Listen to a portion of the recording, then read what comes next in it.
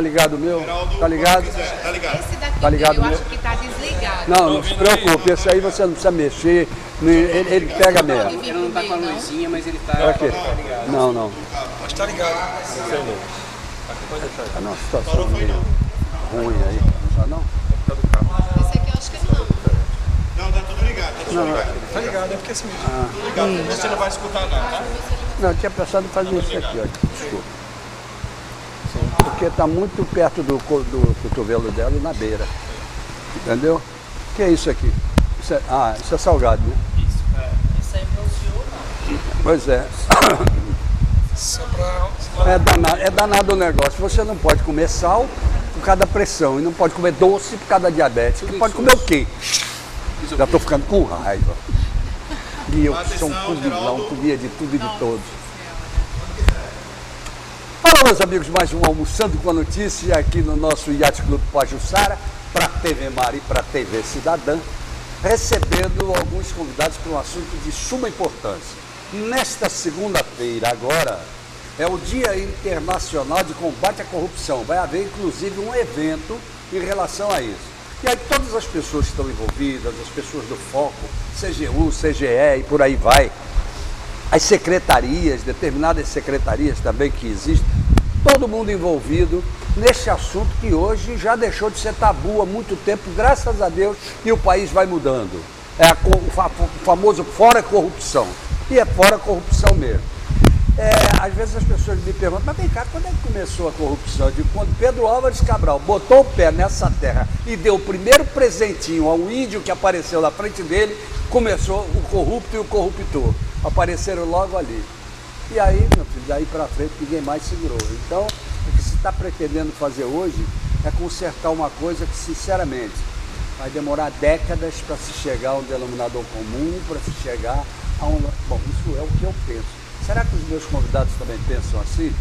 Há uma deputada estadual que a gente admira, ativa, que faz um bom trabalho na Assembleia Legislativa, que inclusive em 30 de novembro, se não me engano, ela fez uma audiência pública sobre o assunto do combate à corrupção e do dia que vai acontecer na segunda-feira. E é uma das nossas convidadas, deputada Jó Pereira.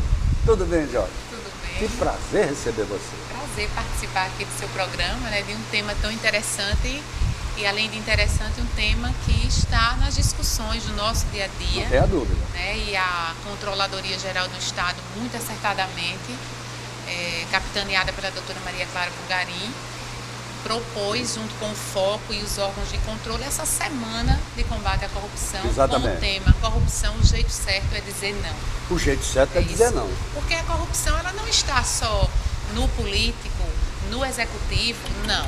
No legislativo ou qualquer outro, no judiciário, ela existe no dia a dia de todos nós cidadãos, né? E nós precisamos enfrentar isso, e é justamente o que nós estamos fazendo agora.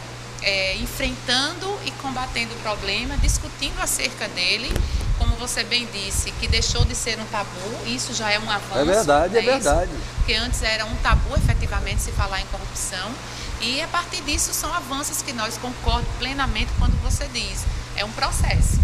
Nós não vamos acabar com a corrupção na semana que vem. Não, claro que não. De jeito nenhum. Mas vai criar assim uma nuvem de vergonha ou de timidez para ser corrupto, não vai? Vai, já está sendo criado. Né? A participação dos órgãos de controle tem sido muito importante. O papel dos órgãos de controle tem sido muito importante. Agora, Jó, você falou muito apropriadamente sobre isso e a gente coloca nisso a sociedade também, né? Então vamos lá. Por exemplo, aquele cidadão comum que utiliza a vaga do idoso ou a vaga do cadeirante, está praticando ou não está praticando uma corrupção? Com certeza. Com certeza está praticando uma corrupção. Eu tive a oportunidade de, na audiência pública, colocar aquilo que nós, enquanto detentores de cargos públicos, quando estamos pleiteando o acesso a esses cargos, efetivamente somos abordados, né, por um ato de corrupção do cidadão, que é a compra e venda do voto. Exatamente. É isso? Então,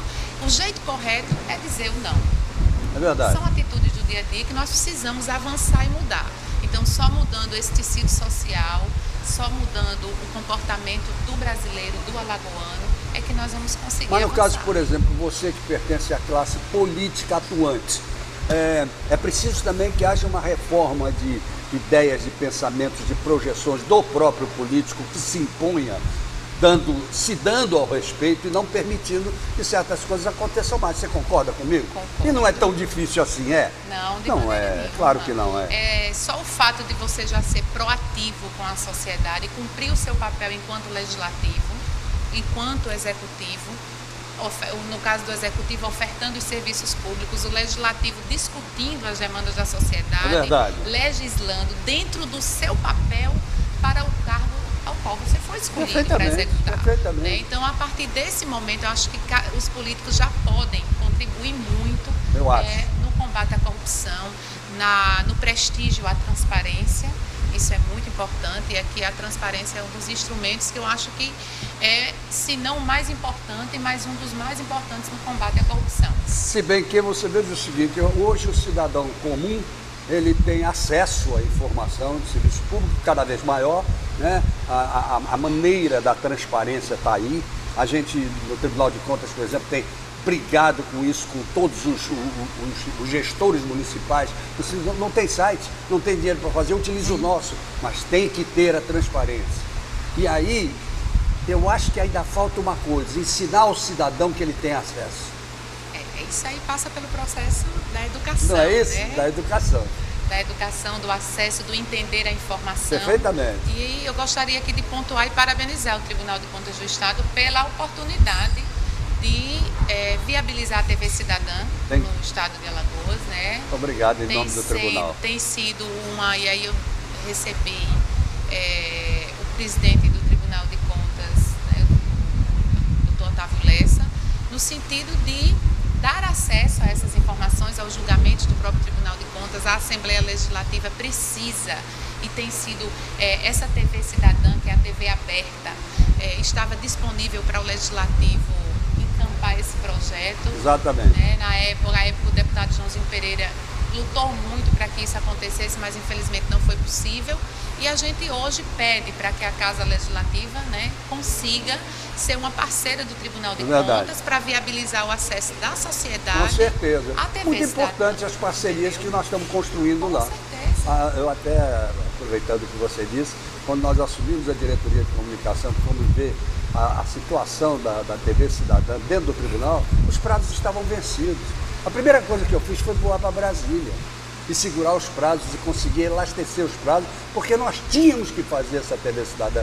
Hoje é a primeira TV aberta de um Tribunal de Contas do Brasil. Exatamente. E aí é necessário. Você tem que ter o Legislativo como parceiro. Como parceiro. Porque, inclusive, é um instrumento para o combate à corrupção e à transparência. Porque a população vai saber como o seu representante dentro do Legislativo se posiciona com relação a alguns temas de interesse da sociedade. Então, isso é muito importante. Então, que bom, nesse princípio de programa, as primeiras palavras da Jó Pereira. Tem um aqui que tem carteirinha desse programa, viu?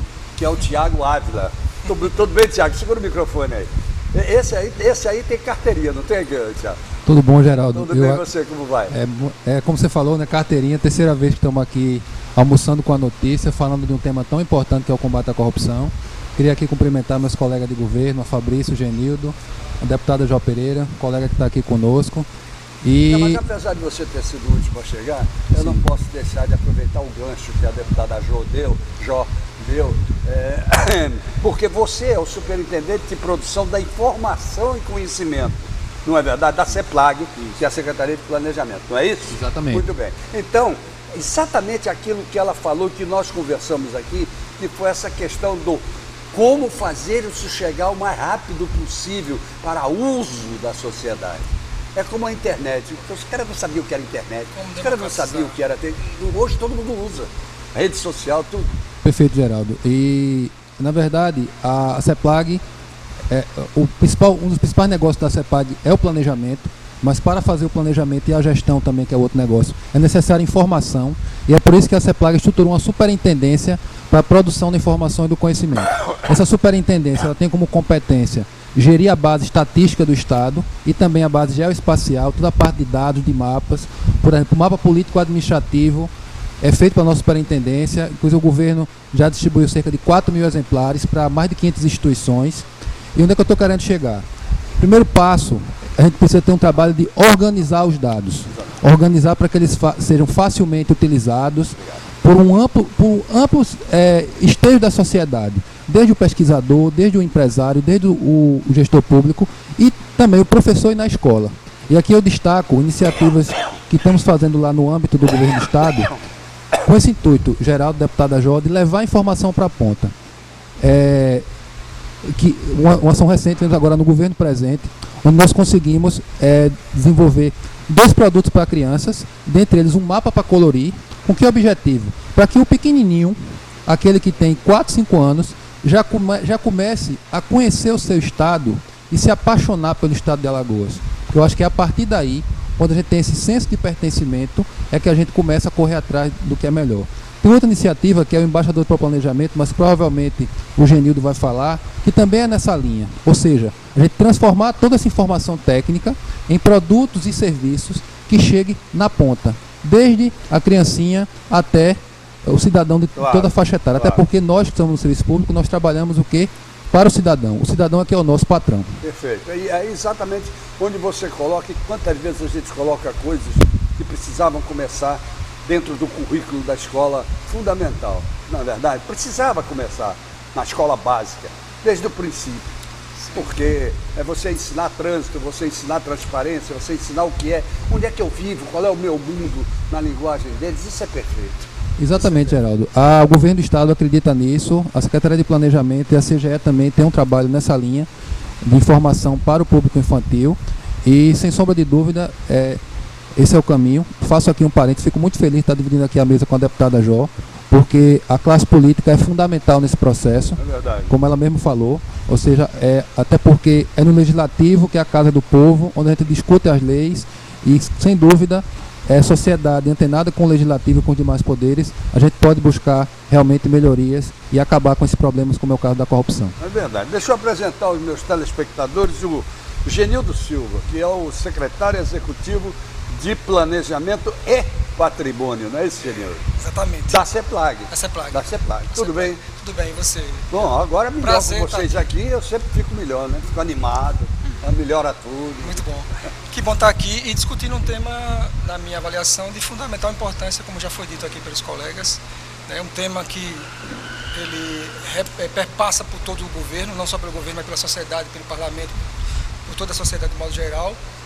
E um tema que a gente tem que não só discutir, mas, como a deputada Jo falou, praticar, né? Praticar a não corrupção, praticar no nosso dia a dia, levar esse tema para as crianças, como o Tiago falou, na escola, da importância de se desenvolver essa cultura de dizer não às coisas erradas no nosso país, para criar de fato uma nova sociedade, uma sociedade mais evoluída, digamos assim, para que a gente possa avançar não só num país melhor, mas também principalmente num estado melhor.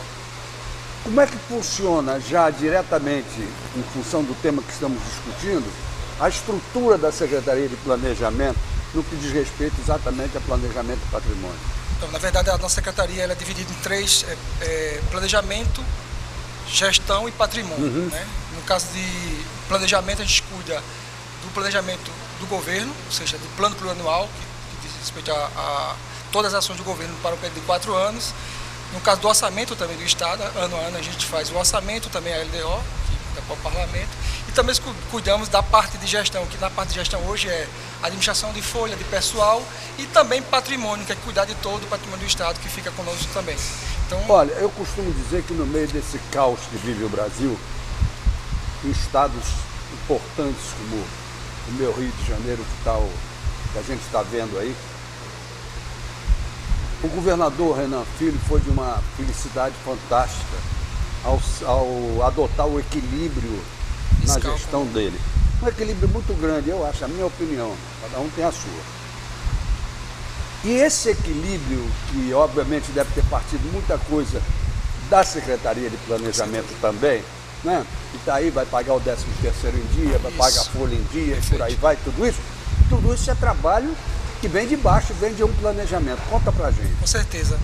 Já no início do governo, Renan Filho, uma das nossas atribuições era melhorar a estrutura do Estado. Então foi feito um ajuste. Já se iniciava aquela crise, né, uma crise que já começava não é de agora, então a gente já sabia que tinha um processo de crise que podia se aprofundar, e Estado como o nosso, muito dependente do governo federal, sofre muito mais. Então nós fizemos um ajuste fino, não só nos contratos, foi renegociado todos os contratos no Estado, isso permitiu uma folga de caixa. Nós tivemos um apoio muito forte da Secretaria da Fazenda, nós trabalhamos muito em conjunto com a Fazenda. A Fazenda fez até parabenizar o trabalho que a Fazenda vem desenvolvendo ao longo desse tempo.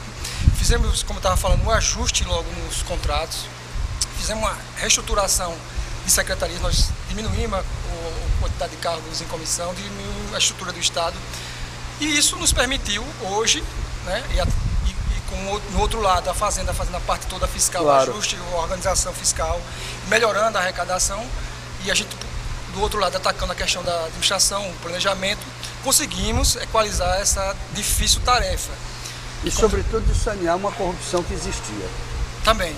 Dentro do próprio Estado. Também. Dentro das próprias repartições. Porque alguns contratos, a gente sabe que eram contratos que a gente teve que cancelar. Com certeza. Tinha de tudo, né? Claro. A gente sabe que... Nesse ponto eu tiro o chapéu para o meu amigo e ex-colega Christian, que está lá. O Christian adotou isso e ele tem sido um defensor dessa questão da economia. Sério.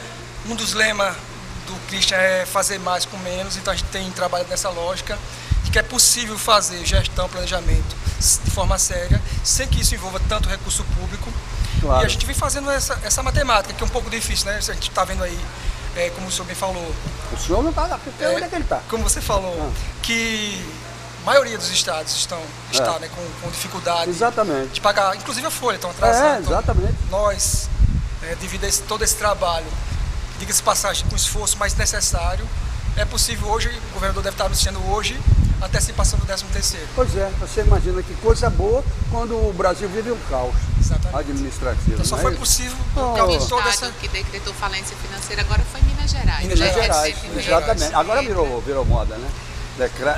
Decretando a calamidade financeira, né? Essa agora, é nova. Diga-se de passagem que também os estados, e não é diferente aqui em Alagoas, a receita nos estados ela crescia muito menor do que as despesas.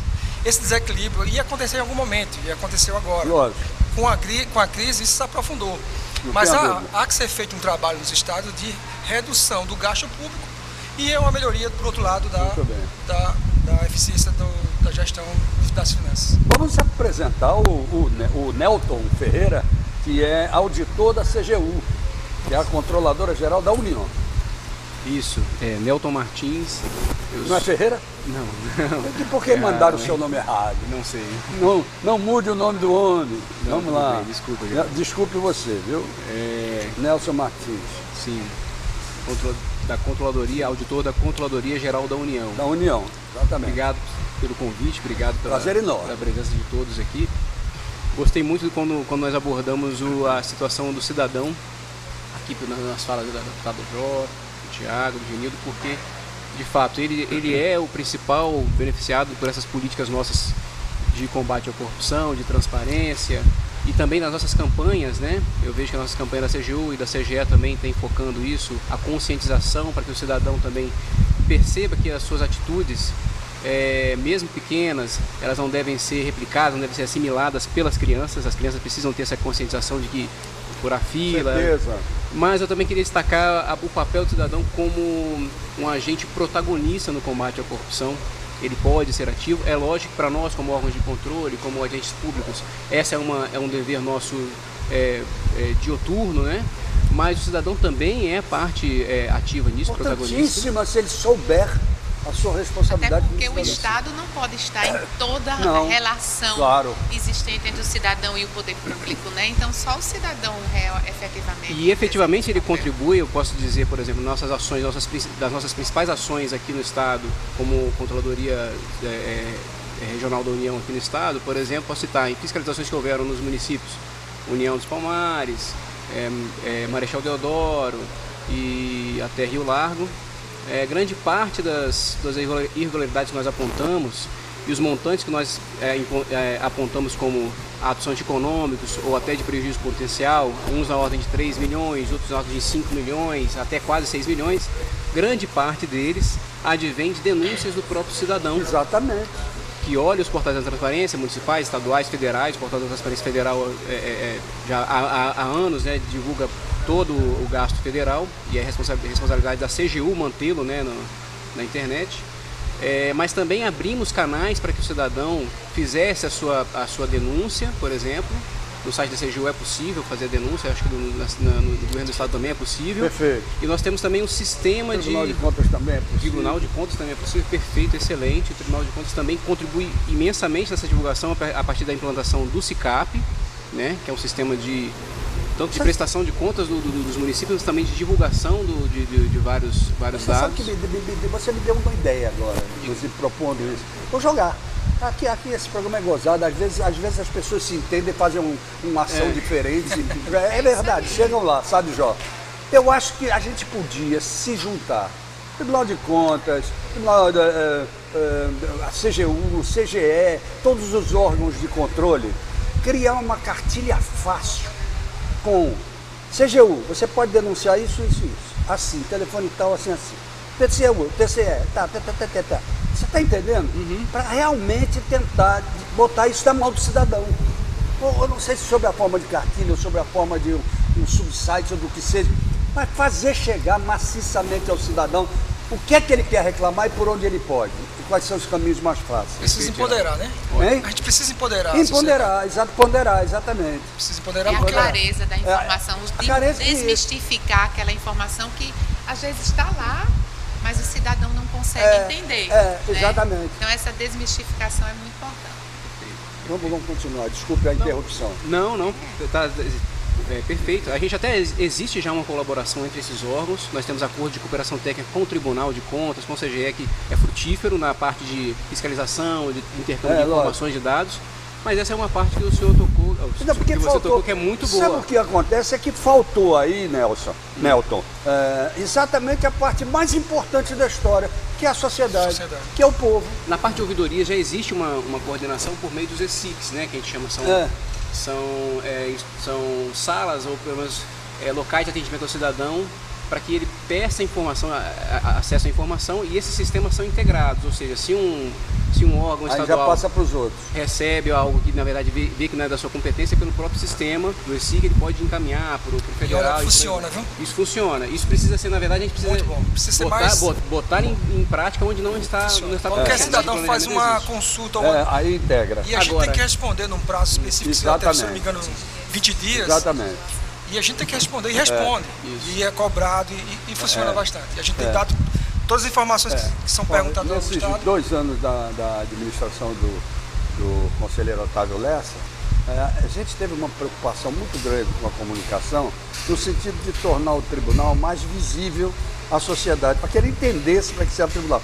Eu costumo até dizer nos meus programas, assim, falando com o povo, eu costumo dizer o seguinte: isso tudo que está acontecendo aí em cima, se você for vasculhar, começou no Tribunal de Contas. Começou numa conta que não foi prestada, começou num prefeito que foi mau gestor, e por aí vai. Não é? Que com o auxílio dos outros controles, você chega lá. Agora você pode começar tudo. Não é?